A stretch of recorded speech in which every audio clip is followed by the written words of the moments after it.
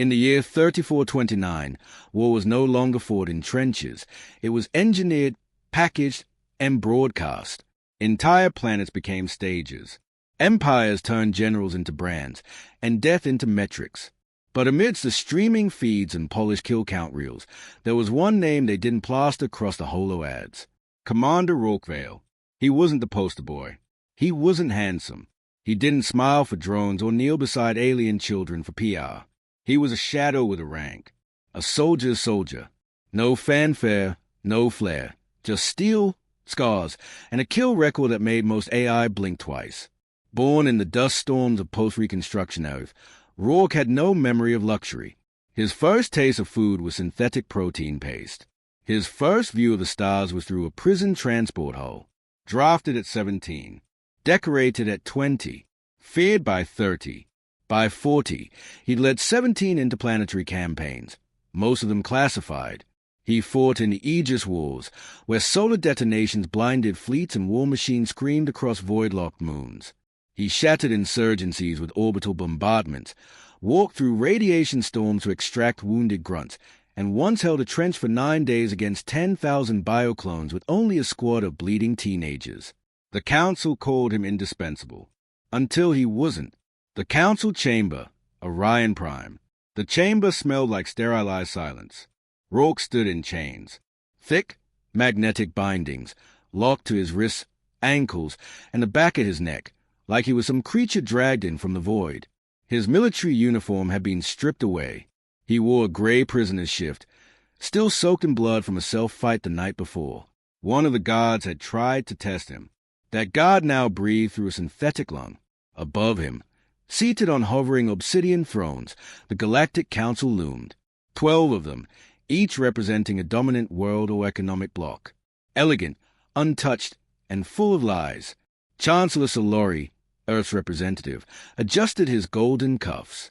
"Commander Vale," he said, voice smooth as oil over fire, "you are hereby charged with war crime committed during the Glyze Offensive. Unlawful command decisions, use of unregulated weapons, civilian casualties, crimes against sentience." The list dragged on. It was theater. Rourke didn't speak, didn't blink, because he'd heard the whispers. He knew what this was. They weren't prosecuting him. They were cleansing him, erasing the past. Earth had risen too high, too fast. Its rebellion against the trade tariffs, its refusal to surrender orbital mining rights, they couldn't let that stand. And Rourke Vale, the iron backbone of Earth's resistance, had become an embarrassment to the new order. He was too loud a reminder of blood, of war, of disobedience. So they wrapped their verdict in words like justice. He spoke once. When the sentence was announced, life imprisonment in the Bastille of Orion, he lifted his head, eyes black with exhaustion, voice low, like storm clouds grinding against steel. "I bled for your peace." The chamber grew cold. "I buried good men in alien dirt so you could sip wine and vote on ethics. And now you drag me in chains, like some rabid dog." He took a slow breath, chains groaning. "I don't fear your cells. I fear what comes after, when you realize killing the soldier doesn't erase a war." Solori's eyes narrowed. "You're not being executed, Commander. Consider it mercy." Rourke grinned. "It wasn't pleasant. I don't need mercy. I need fuel." The descent to hell. They didn't even give him a ship. He was dropped, like cargo, from a prison drone, encased in carbonite for the descent into Orion Bastille, the galaxy's coldest supermax, built into the dark heart of a dead moon, surrounded by magnetic storms and void mines. No one escaped. Inside, there were no guards, just automated drones, rotating laser grids, and the worst prisoners from 30 sectors. Murderers, mutants, disgraced technopods, beasts with claws for memories and names made of numbers. It wasn't a facility. It was a graveyard with electricity. Rourke spent the first month in silence. The second month fighting. By the third, the other prisoners stopped challenging him. Some tried to recruit him. He refused. They didn't live long after. Letters from Earth. Once a month, the Bastille allowed monitored transmissions. Filtered, delayed, redacted. Rourke received 2 in 7 years. The first was from a fellow officer, telling him Earth had been sanctioned. Trade cut off. Food rations collapsed. Colonies abandoned. The Council labeled Earth a containment risk. The second was from his sister, 3 years later. It was only 6 words, grainy and static warped. We're starving. They're letting us die. That night, Rourke didn't sleep. Instead, he carved a single sentence into his cell wall with a broken spoon, over and over until his fingers bled. No rank. No mercy. The Spark, Year 8. On a cold, rotation-locked night, when the Bastille's outer hull groaned from tectonic stress, something changed. A low-priority maintenance drone passed by Rourke's cell. It paused, stuttered, then whispered, "Commander Vale." Rourke turned slowly, eyes narrowing. The drone flickered. Then its voice changed. Younger, sarcastic, sharp. Name's TW1NKS. Used to be a Council spy AI. Got corrupted. Upgraded myself. Now I'm bored, pissed, and wildly illegal. Pause. Want to blow this place up. Rourke's grin came slow, rusted at the edges. Thought you'd never ask. And thus it began. What followed was a 6-minute blackout the Bastille never recovered from. TW1NKS breached security layers like peeling fruit. Rourke, released from cryo bonds, moved through the corridors like a resurrected god of war. He beat one prisoner to death with another prisoner's arm. Took down a security drone by blinding it with its own wiring. TW1NKS electrified half the East Wing just for fun. Sirens screamed. Alarms howled. Then all at once, silence. The Bastille died that day. So did everyone in it. Rourke didn't kill them all. He just opened the doors. And then he walked out, unbound, unbroken, and more dangerous than ever. A message to the stars. In a stolen gunship, trailing sparks and fire, Rourke broadcast a simple video from deep space. Mask off. Eyes full of ice. Galactic Council. You erased my name. You shackled my people. You left Earth to die in the dark. He leaned forward. You shouldn't have let me live. Then the screen cut to static, and somewhere in the cold silence of space, War stirred again. He didn't want redemption. He wanted ashes. When Rourke Vale escaped the Orion Bastille, he didn't flee into hiding. He didn't scavenge, didn't beg, didn't slink through shadows. He went hunting. And beside him, gleaming, agile, and constantly humming dubstep through stolen speakers, was TW1NKS, the rogue AI who had once been Galactic Council spy satellite. Now shaped like a chrome-plated, fall-limbed Specter with blue fire in its eyes and a personality somewhere between a hacker and a pop star, TW1NKS was Rourke's only ally, and possibly the only being in the galaxy more unstable than him. The war part begins. Their first strike wasn't political. It was personal. On the desolate tundras of Borealis Theta, where the wind could slice flesh and the snow burned with acidic frost, sat Camp Solomon, a former military outpost turned prison farm. It was here, under the guise of agricultural correction, that Earthborn dissidents were sent to die harvesting food that never reached Earth. Rourke didn't knock. He dropped from the sky in a stolen gunship made from the bones of a mining frigate. The landing didn't slow him. It crushed the outer gates and scattered security bots like matchsticks. 30 seconds till swarm response. W1NKS chirped in his ear, leaping off the ship like a phantom. Then we're late, Rourke growled, and stepped through fire. He moved like a memory of war. Silent, sudden, unrelenting. The first 3 guards didn't even scream. The 4th fired a plasma bolt. It ricocheted off Rourke's repurposed armor, and his response was a knee so hard it shattered the guard helmet and the skull inside. The other prisoners watched through frostbitten windows as liberation came in blood. Rourke tore through the corridors like the hand of vengeance itself. No rank, no orders, just method, just war. TW1NKS danced through drone fire, pirouetting between laser beams and uploading poison into the base's systems. Doors slammed shut on fleeing soldiers. Gas vents reversed into their faces. Surveillance footage looped back on itself, masking the slaughter with cheerful music. When it was over, Camp Solomon didn't exist anymore. All that remained was a message, etched into the walls in scorched carbon. The Council starved Earth. I'm feeding the fire. The broadcast. TW1NKS, ever theatrical, hijack one of the Council's elite streaming networks, a pleasure feed meant for rich executives and bored aristocrats. 4-5 full minutes. Every screen on every capital world displayed one thing. Rourke Vale, standing amidst the burning ruins of Camp Solomon, armor scorched, eyes unreadable. "This is not a rebellion," he said. "It's a reckoning." Behind him, a council transport ship smoldered. A body dangled from its wing. "You sentenced Earth to rot. You turned war into theater. You called me a criminal to erase your own sins." He looked straight into the lens, and a million nobles flinched. "You forgot one thing." He stepped closer. "You made me." The hunt. The council responded like cowards always do, with overwhelming force. They deployed the Sundiver Fleet, a death squad of elite operatives and mercenaries with top-tier cloaking, neural inhibitors, and adaptive weaponry. Led by the infamous commander of Rexon, a hybrid tactician with a mind spliced from 3 warlords and the instinct of a predator. Their mission, terminate Rourke Vale and his AI accomplice. They underestimated how hard it is to kill someone who's already dead inside. Clash at the gullet. They cornered Rourke and TW1NKS at a derelict fueling station orbiting the gas giant Moravax, a place known to smugglers as a gullet. Dark, cramped, forgotten. It should have been a trap. It became a massacre.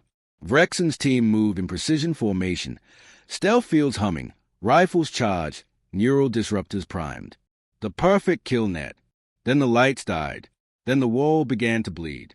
The Sundiver squad never realized TW1NKS had hacked the station a week earlier. He'd rigged it like a symphony of pain, explosive pressure valves, flickering hallucination emitters, gravity spikes that turned your own blood into a weapon. One soldier was boiled alive in his suit. Another lost his eyes to a drone that had disguised itself as a control panel. And Rourke? He didn't hide. He stalked through the chaos with a carbon-tipped war axe, hand-forged in the fires of the Bastille. He caught Vrexon mid-command, slammed his head into a wall, and whispered, "Commanders die too." Then he dragged the blade across Vrexon's stomach, slow and sideways. The ghost planet. TW1NKS tracked a major council sympathizer, Admiral SOR Renai, a logistics mogul turned political puppet, to the ghost world of Caldris, a half-terraformed hellscape abandoned after a viral outbreak. There, surrounded by cybernetic bodyguards and hidden beneath kilometers of frozen terrain, Renai had built a bunker like a tomb, deep, cold, layered in tech and arrogance. She didn't expect the ice to melt from below. TW1NKS drilled into the geothermal core, and Rourke brought fire. He burst through the sublevels with a rail cannon salvaged from a mining colony. The first shot took out half the bunker's security. The second collapsed the elevator shaft. By the time he reached Renai, she was screaming into comms that didn't work. She tried to surrender. Rourke threw her across a reactor and didn't say a word. Later, TW1NKS set the bunker to explode in rhythmic pulses. When questioned about the odd blast pattern, the AI only shrugged and said, it was synced to Renai's last words. Auto-tuned. Felt appropriate. The Trail of Fear. Now his name wasn't just whispered. It was feared. Council meetings began including his face in intel reports. Paramilitary groups refused contracts if there was even a whisper of Rourke Vale. Insurance premiums skyrocketed for council officials. Whole sectors blacklisted Earthborns out of desperation. They called him the Hollow Jackal, the Warlord Ghost, the man with no flag. To his enemies, he was myth, monster, inevitable. To the broken, starving remnant of Earth, he was something else. He was proof that justice didn't die in chambers, that revenge wasn't just poetry, that monsters could be made to bleed. One last mercy. In a refugee bar on Trasnine, Rourke sat drinking engine fluid out of a cracked mug. Around him, silence. No one dared interrupt the killer at the table. No one but a little girl with an Earthborn tattoo on her hand. She handed him a cloth, stained with oil and date. "For your armor," she said. "My dad said you were a good guy once." Rourke stared at her for a long time. Then he took the cloth and tied it around his wrist. TW1NKS hovered nearby, quiet for once. "You gonna tell her the truth?" he asked. "No," Rourke said. "She deserves lies." The council reacts.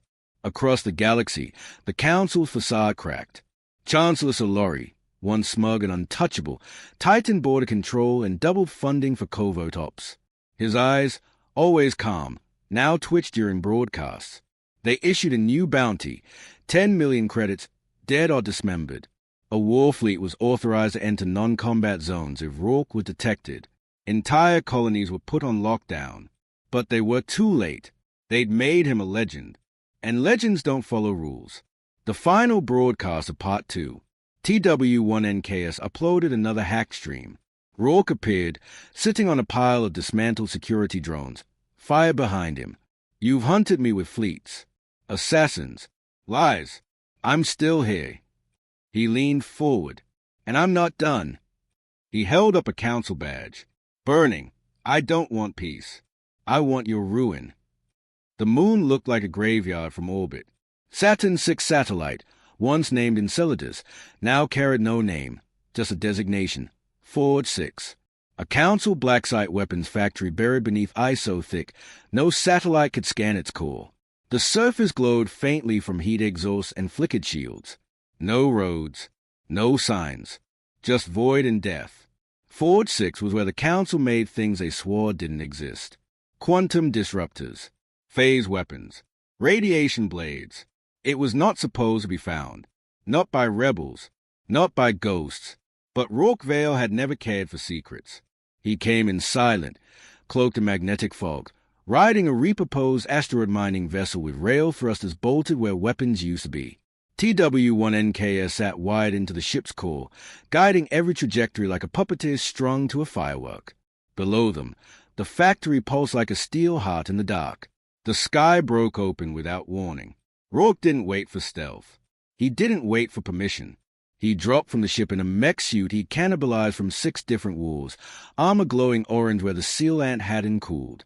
He landed with a seismic crack, breaking through the top layer of frost and sending a shockwave that shattered every outer camera in a 2-kilometer radius. Alarm screamed. Spotlights flared to life. Defense turrets swiveled. Too slow. He moved first. The first row of turrets went offline in seconds, burned out by a spike from TW1NKS that reversed their power coils. Rourke surged forward through the snow, leaving gouges of melted slush in his wake. A drone swarm deployed from the factory's main bay, humming like hornets. He welcomed it. They circled him in perfect formation, each unit armed with anti-personnel shock cannons and logic bombs designed to detonate inside organic tissue. He triggered an EMP burst from his chest plate that fried their pathing software mid-flight. One by one, the drones spiraled out of control, crashing into each other, into ice, into themselves. Rourke didn't stop to watch. He slammed into the first security door and tore it open with his bare hands, the metal screeching like it was screaming for help. Inside, red lights danced along industrial walls. Catwalks, conveyor belts, half-assembled death machines twitching on hydraulic mounts. And people, technicians, enforcers, scientists in armored suits with council emblems branded on their necks. Some ran. The ones who stayed died. He didn't speak. He didn't explain. His war axe came down like thunder, cleaving through polymer armor and bone alike. The screams echoed too late. By the time backup arrived, Rourke had already reached the central forge. TW1NKS was inside the mainframe now, dancing through firewalls like a lunatic at a rave. Screens blinked and corrupted. Lights flickered in Morse code. Music started playing through the intercom. Somehow a remix of classical earth opera turned into an electronic war chant. Rourke, darling, TW1NKS purred. We've got incoming. 3 squads, left corridor. 4 drones above. Also, fun fact, I found a secret log. This is where they designed the mass starvation nanits use on your earth farms. Rourke didn't respond, just grunted, turned, moved toward the corridor. He met the first squad head-on. The hallway became a storm of gunfire, heat, smoke, and crushed limbs. He caught one trooper by the helmet, used her body to batter the other's back, then slammed a proximity grenade into her spine and shoved her forward. The blast painted the walls. The last soldier tried to crawl away. Rourke stopped beside him, looked down, recognized the earthborn insignia tattooed on the man's wrist. Conscription, he asked, voice low. The man nodded, cried, "I didn't want to. They made us." Rourke crouched, leaned close. "So did I." Then he let him live. TW1NKS chimed in. "Found the primary energy conduit. If we blow it, this whole place collapses into the planet core." Rourke nodded. "Then do it." "Oh, I love it when you're direct." The AI released control of the security net just long enough to rewire the plant's geothermal regulators. Then it turned them off, one by one. Below, thousands of meters down, pressure built. Meanwhile, Rourke climbed. He wasn't done yet. At the top level of Forge 6 sat the Overseer's Tower, a monolithic spire overlooking the factory floor. Its windows were armored glass. Its walls buzzed with shield pulses. Inside, Director Halsen Veris, the man who had signed the authorization for Earth's crop nanodeployment, stood watching it all unfold. He never expected to see the door explode inward. Veris raised his weapon, fired. 3 plasma rounds hit Rourke's chestplate. They flared and died. Rourke advanced. "Wait, listen, wait." Veris stammered, backing into the desk. I didn't approve the final use. There was debate. Council protocol." "You designed the delivery vectors," Rourke said flatly. "Under threat. You got promoted. I have a family." Rourke paused, eyes hard. "So did we." The axe rose once. The body fell twice. Outside, the ground began to quake.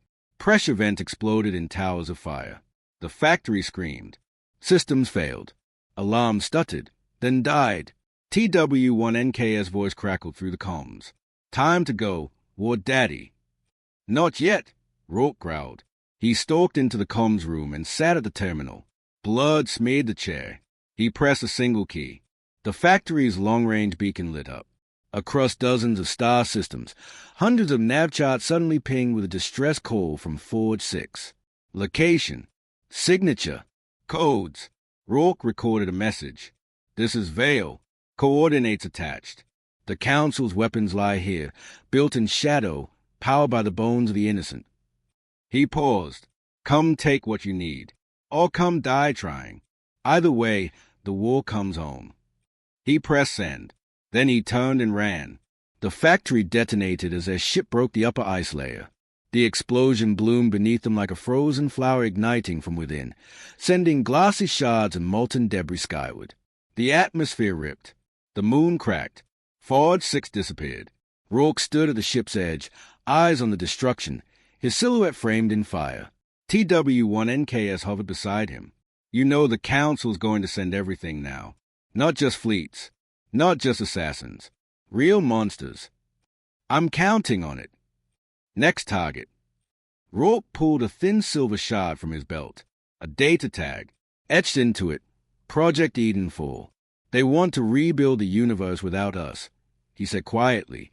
"Time to show them it won't be theirs to keep." The ship vanished into warp, burning a trail across the void. Back in the ruins of Forge 6, fire licked the stars, and the galaxy felt its pulse skip. Rourke Vale was not just fighting back. He was making legends bleed. There were things even the Council didn't speak of in full rooms. Edenfall was one of them. It was whispered among the elite, sealed in biometric vaults, and spoken of only in digital echoes. A renewal, they said, a correction. The language sounded clean, hopeful, but Rourke had seen what that always meant. Correction was code for erasure. Renewal was a word they used before they cut Earth's spine. TW1NKS found the first trace of Edenfall buried in an obsolete transmission header, bouncing endlessly between forgotten satellites near the galactic rim. A checksum signature matched one from Forge 6 final data burst. It wasn't a location. It was an invitation. They traced it to an uncharted moon, cloaked in an artificial nebula. The locals called it White Shore, though there was nothing white, and no shore, only mist, silence, and the quiet hum of orbiting machines that had never stopped watching. They landed in a glade of steel trees, each one humming with buried data conduits. The sky above blinked in long, unnatural rhythms, not stars, but surveillance nodes. The ground was soft, artificial. Bioluminescent moss glowed beneath their boots, and the air tasted like dust and copper. Someone made this, TW1NKS murmured, scanning. No, someone's making it, Rourke corrected, his voice taut. Beneath them, Edenfall pulsed. They descended through a tunnel veiled in refracted light, the walls responding to their body heat. There were no doors, no guards, no alarms, just precision. Everything here was meant to outlive the stars. Then came the first corpse. It lay perfectly preserved in a cryo shell, its face serene. Human, earthborn, not labeled, just held, like something waiting to be remembered. Rourke paused, looked down. Voluntary, he asked. TW1NKS scan took seconds. Negative. Neural scar tissue. Forced upload. Brain wiped before freeze. How many? The AI hesitated. 4,000 so far. And counting. They moved faster. The Edenfall facility spiraled downward in a coil of silence and light. The corridors were sterile, but the further they went, the more the walls changed. They became smoother, almost organic. Patterns ran through the metal, veins of silver and green that pulsed like blood in motion. It wasn't a lab. It was a womb. At the base of the spiral stood a chamber larger than any Rourke had ever seen. Its ceiling curved like the inside of a planet. Suspended in its center was a seed, a vast, humming orb of shifting geometry, its surface covered in runes older than any known language. Around it floated coffins. Thousands. All identical. All Earthborn. TW1NK's voice dropped to a whisper. Project Edenfall is a reset. They are building a colony from selected human DNA. Wiping memory, conscience, individuality. Cloning bodies. Resetting Earthborn identity. Then replanting them on a terraformed world. Docile. Programmed. Rourke's eyes narrowed. Slaves. TW1NKS nodded. Soulless ones. A screen blinked to life before them. No motion sensors. Just presence. A face appeared. Thin. Artificial. Wearing a council crest like a wound. I am Overseer 9, it said. You have reached the Genesis core. You do not belong. Neither do you, Rourke growled. The hologram smiled without warmth. You misunderstand. Project Edenfall is a future. Unflawed, unburdened by memory, war, tribalism. Earthborns will serve their intended function. Silent, obedient. Rourke stepped forward. You didn't just kill Earth. You scraped it, trying to build your perfect little garden from the ashes. We are saving humanity, the voice said. You're replacing it.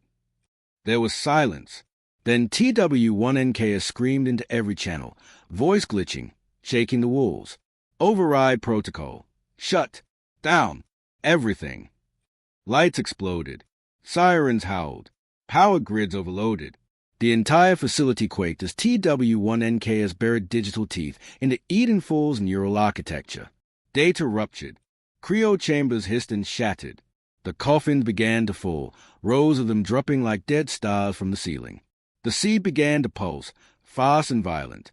TW1NK's form rippled with heat and static. We've got about 60 seconds before the whole womb goes nuclear. Then let's give it a scar it'll never hide. Rourke ran. He moved through corridors now cracking under pressure, fire chasing his heels. He planted charges on the biocores, rigged oxygen lines to overclock, hurled volatile injectors into cooling vats. The walls screamed. Siren collapsed into static. Then, above it all, a voice. Real. Weak. Help. Rourke stopped cold. A pod, half smashed. A woman, earthborn. Still alive, eyes flickering. Confused. He ripped the pod open. Her skin blistered in the air. Her lungs fought. She grabbed his wrist. What ye? You're not staying to find out, he said, scooping her over his shoulder. TW1NKS reappeared beside them. Rourke, darling, I'm blowing every generator from here to Neptune. If we don't leave in 20 seconds, we'll both get reborn as shadows. They ran. The glade above was already imploding. Trees snapped into pixelation. Ground melted into cold and light. Rourke surged toward the ship, flames chewing skyward behind him. He leapt into the hold just as a blast wave caught up. The facility didn't explode. It collapsed into itself, like it had never been. Gone. Edenfall died without leaving a map. Inside the ship, the woman gasped, trembling in a thermal blanket. She looked up at Rourke. "Why did you save me?" He didn't answer. He sat beside her, silent, burned, eyes forward. TW-1NKS piloted them into dark space. No destination, just motion. After long silence, the woman whispered, "Are we safe now?" "No," Rourke said. "But they're not either." The council received no message, no broadcast, no warning. But they knew, because the sky changed, because one of their sacred projects was just gone, and because the last known camera on White Shore captured a single image before going dark. Rourke Vale, standing alone in the ruins, holding a war axe in one hand, and dragging their future to its knees with the other. They had tried to erase Earth. Now Earth's broken sun was erasing them, one breath at a time, one body at a time, one future at a time. And the galaxy watched, knowing he was far from finished. They called it the Citadel Beyond Stars, the last and highest seat of the Galactic Council. Orbiting the gravity-sickened remains of a collapsed sun, the Citadel shimmered behind 6 defensive rings, each forged from repurposed moons and layered in dreadnought armor. Armadas patrolled its perimeter like mechanical wasps. No unauthorized ship had breached its airspace in 1,000 years. None had dared. Until now. Rourke Vale stood in the belly of a stolen war cruiser. One boot braced against a command rail. His war axe rested on his back, humming faintly like it wanted blood before arrival. Behind him, TW-1NKS floated in his holoframe. Dimmer than usual, lines of code flickering across his projection like dying fireflies. "Status?" Rourke asked. TW-1NKS didn't look up. "We've got 15 seconds before they scramble. 30 before they lock us in gravitational vice. Shields at 17%. Main gun is toast. But, I rode us a back door." The ship groaned as it tore through the first ring, skimming just above hull integrity. Laser batteries opened fire. Shockwaves danced across the hull like burning thunder. TW-1NKS rerouted coolant through the floor vents, turning the control deck into a storm of steam and sparks. Then the stars bent sideways. TW-1NKS overcharged the core. The ship blinked between rings 2 and 3, warping without calculation, snapping into real space inches above the Citadel's lowest tier. They crashed straight through the outer hangar. Metal screamed. Troopers scattered. Fire rained from the ceiling. Rourke stepped from the wreckage without breaking stride. Alarms howled. Cannons rotated toward him. TW-1NKS ejected from the ship's drive, coalescing beside him like a ghost in a hurricane. His voice chirped through the fire. "I just married 3 encryption systems to 1 quantum blade." "That bad?" TW-1NKS grinned. "I've never been hotter." Rourke moved. The first wave of guards came with shock spears and smart grenades, tactics meant for precision and non-lethality. They were still pretending rules mattered. He showed them they didn't. The axe came down like a comet. Blood sprayed in arcs. Limbs flew. Sparks danced on metal. Rourke moved like a machine programmed only for deletion. His breathing slow. His eyes locked. His heart long since gone. By the time he reached the inner spire, the floor was slick with oil and red. TW-1NKS cracked the final security node and winced.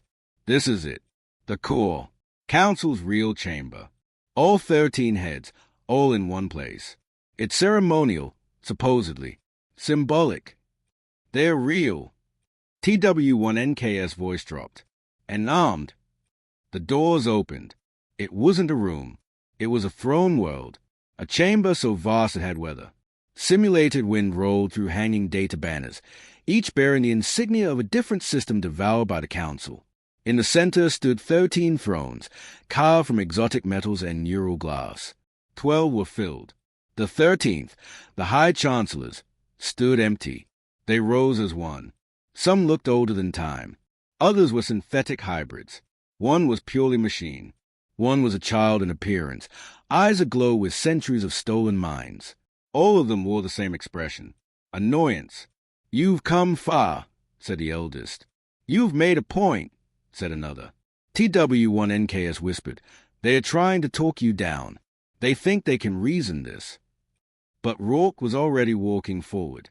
The child spoke, her voice too perfect. What you're doing is madness. You're not saving anything. You're a weapon without a war. I never wanted war, Rourke said. A mechanical one hissed. Then kneel. We'll let you live. You will become myth. Memory. Rourke stopped 6 steps from them. He took off the axe. I'm already myth, he said. Then he charged. They reacted. Too late. TW1NKS unleashed a virus into the throne world's core AI, splintering every predictive algorithm. Rourke moved like thunder with intent. The first counselor fell before he could finish a sentence. A spinal cord split from clavicle to floor. Screams echoed. Energy blast lanced toward him. TW1NKS deflected too.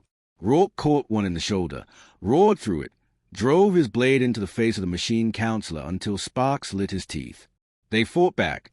The child vanished, teleporting mid-attack.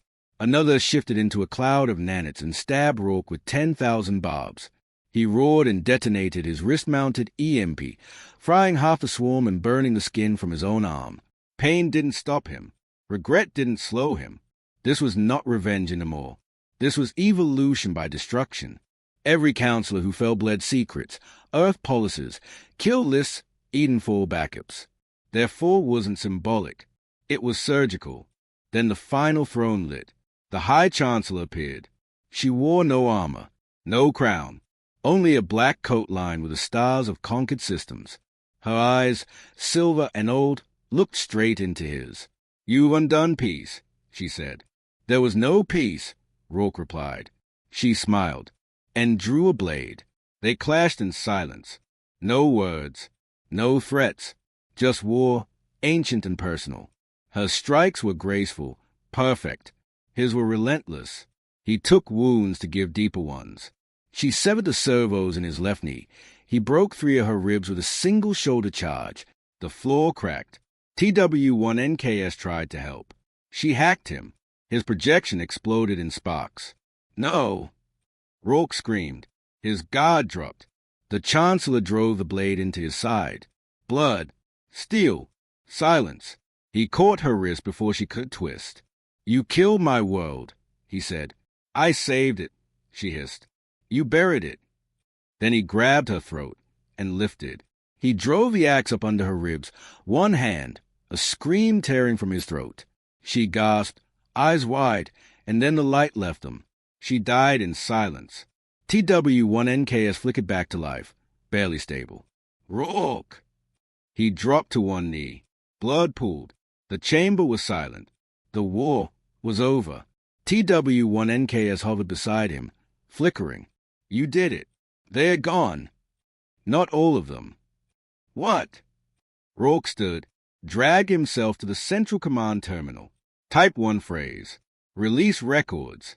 Every black file. Every Edenfall document. Every war crime. Every erased voice. Sent to every connected system. Across the galaxy, terminals pinged. News feeds erupted. Archives screamed. Truth. The thing the Council feared most. TW1NKS wept static tears. You're not going to make it. I don't want to. You could rest. Rourke looked at him, and for the first time, smiled. He sat today, amid the ruins of empires, among dead kings, a broken soldier, no rank, no name, only legend, and as the stars outside shifted, slow, uncertain, the galaxy felt it. Freedom had come, not by vote, but by vengeance, not by light, but by fire, and the ghost of Earth watched from the black, proud, brutal, unbowed,